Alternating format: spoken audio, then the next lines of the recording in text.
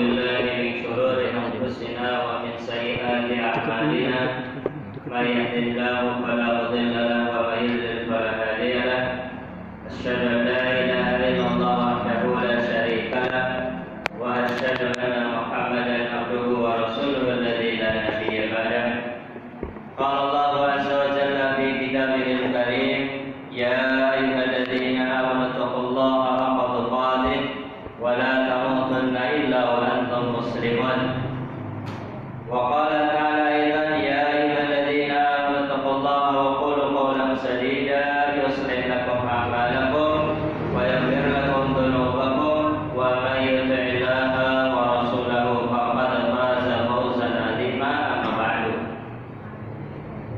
Kaum muslimin jamaah salat maghrib Masjid Al-Barakah rahimani wa rahimakumullah. Kita masih melanjutkan kajian kita dari kitab Riyadhus Shalihin karya Imam An-Nawawi rahimahullahu taala. Dan pada malam hari ini judul kajian kita adalah syafaat untuk membuka pintu surga. Syafaat untuk membuka pintu surga. Syafaat untuk membuka pintu surga ini adalah salah satu dari 4 syafaat khusus milik Nabi kita Muhammad sallallahu alaihi wasallam. Ya, jadi syafaat di akhirat itu ada 2 macam. Yang pertama, syafaat yang khusus hanya dimiliki oleh Nabi Muhammad sallallahu alaihi wasallam, berarti tidak dimiliki oleh selain Nabi. Yang ada khusus milik Nabi, berarti tidak dimiliki oleh selain Nabi. Walaupun itu statusnya adalah Rasul atau Nabi selain Nabi Muhammad sallallahu alaihi wasallam. Ini yang pertama. Yang pertama apa? Syafaat khusus milik Nabi sallallahu alaihi wasallam. Yang kedua adalah syafaat yang dimiliki oleh Nabi Muhammad dan juga oleh yang lain. Jadi tidak khusus. Syafaat umum dimiliki oleh Nabi Muhammad dan juga dimiliki oleh nabi-nabi yang lain, termasuk orang-orang soleh, syuhada, dan orang-orang beriman. Ya, orang beriman kelak di akhirat itu bisa memberikan syafaat. Ya, semoga kita juga bisa memberikan syafaat. Ya, sebagaimana disebutkan tentang orang yang mati syahid. Ya, orang yang mati syahid, salah satu keistimewaan yang dimiliki oleh orang tersebut adalah bisa memberikan syafaat kepada 70 anggota keluarganya. Ya, 70 anggota keluarganya itu bisa diberikan syafaat oleh orang yang mati syahid. Jenis yang pertama, syafaat yang khusus dimiliki oleh Nabi itu ada 4 macam. Ya, ada 4 macam, tidak dimiliki oleh yang lain. Yang pertama namanya syafaat udma. Ya, syafaat apa? Syafaat udma, syafaat terbesar. Yaitu syafaat ketika manusia dikumpulkan di padang mahsyar. Ya, syafaat ketika seluruh manusia dari yang pertama sampai yang terakhir itu dikumpulkan di padang mahsyar. Ya, menunggu manusia itu untuk dimulai hisab, tapi belum dimulai sampai kemudian orang-orang datang kepada para nabi. Pertama Nabi Adam, kemudian Nabi yang setelahnya dan seterusnya sampai kepada Nabi Muhammad sallallahu alaihi wasallam.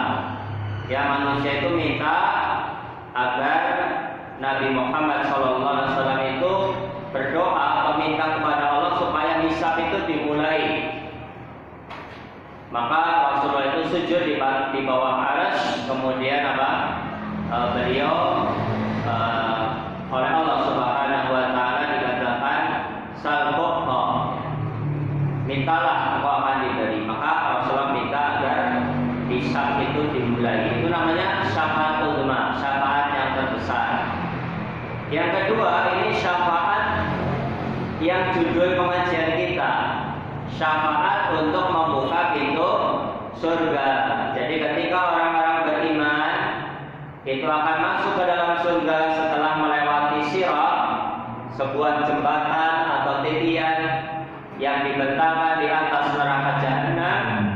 Orang-orang beriman sudah melewati sirat, kemudian mereka akan masuk surga. Dan surga itu ada pintunya, jumlahnya 8. Ya, supaya bisa dimasuki oleh orang-orang beriman, pintu surga harus dibuka.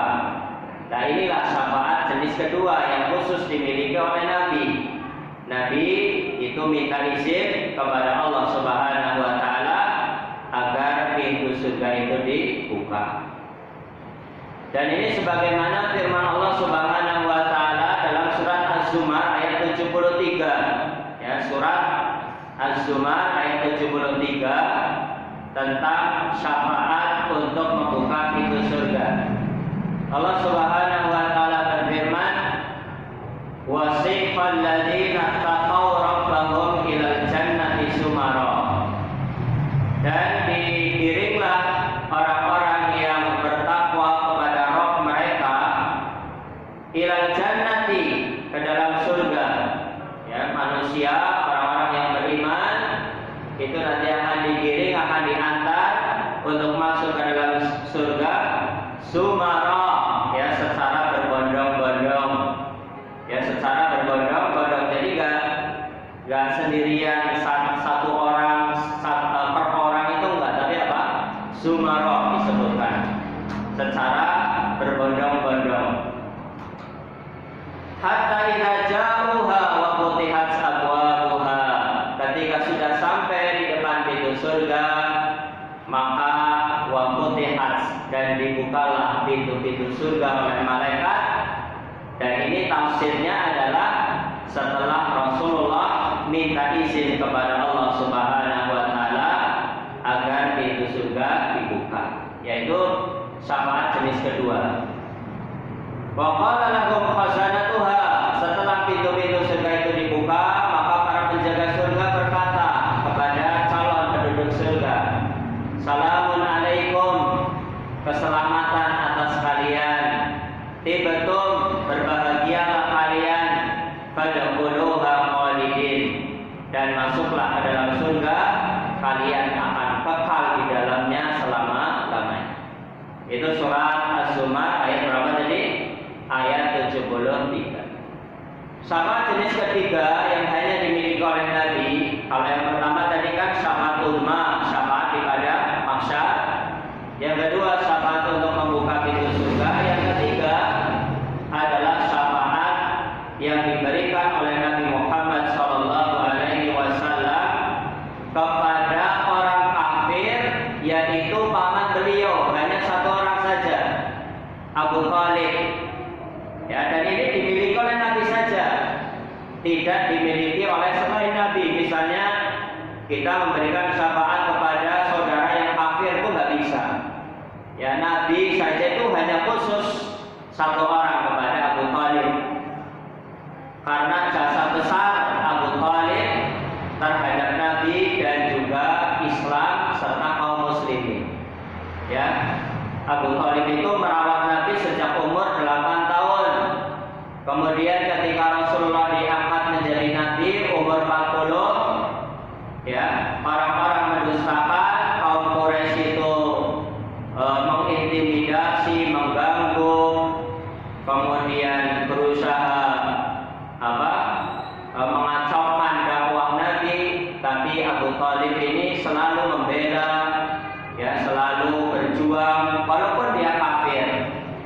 Maka ketika Rasulullah berjuang sampai titik darah penghabisan, ketika sakaratul maut, Abu Thalib itu diajak masuk Islam. Qul la ilaha illallah kalimatan uhajju laka biha indallah. Wahai pamanku, ucapkan la ilaha illallah, sebuah kalimat yang aku bisa berhujjah membelamu di hadapan Allah pada hari kiamat. Tapi ternyata Abu Thalib itu gak mau, ya, karena apa? Takut dicela oleh kaumnya. Maka Rasulullah berazam, saya akan memintakan